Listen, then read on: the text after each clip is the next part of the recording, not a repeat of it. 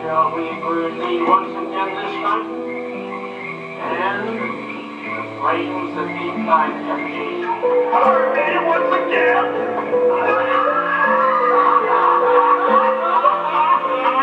Not these flames, which hither ye have brought from regions where I reign. Ye fools and priests, I spit upon your fire.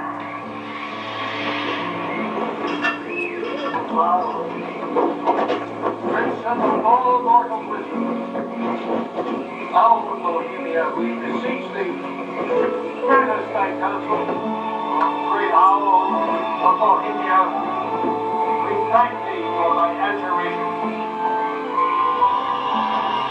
Begone, devil hair, fire shall have its will of thee. Once again, midsummer sets us free.